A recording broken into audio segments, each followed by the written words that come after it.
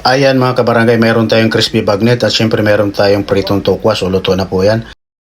So unang-una gagawa tayo ng ating special sauce. Ayan, meron tayong mayonnaise, meron tayong lemon or kalamansi. Kung wala tayong lemon, pwede naman kalamansi mga idol.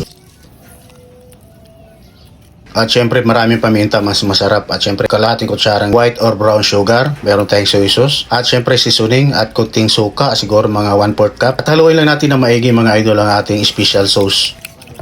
Yan po yung pinakasos natin sa ating tukwat baboy. Try nyo na, napakasarap ng ganitong sauce, napakasarap ng ganitong sistema ng pagkagagawa ng ating tukwat baboy. Pwedeng ulam, pulutan, ayan, pangbinta mga idol. Talaga naman, ayan. Siyempre, ayan, sinama-sama na natin ang ating tukwa, ang ating bagnet at ang ating mga templada, pamparomatics. At siyempre, ilagay na rin po natin ang ating special sauce, tsaka po natin halo-haluin ng ganyan para makut po lahat ng ating bagnet at ang ating tukwat baboy mga idol. So, ayan, ganyan lang kasimple, kadali magluto ng napakasarap ng tukwat baboy. Nakakaiba po ang kanyang diskarte at syempre ang kanyang templada. Try nyo na mga lods at sure ball 100% napakasarap ng ganitong tukwat baboy. Syempre ulam, pulutan, ayan. At maraming salamat muli sa inyong lahat.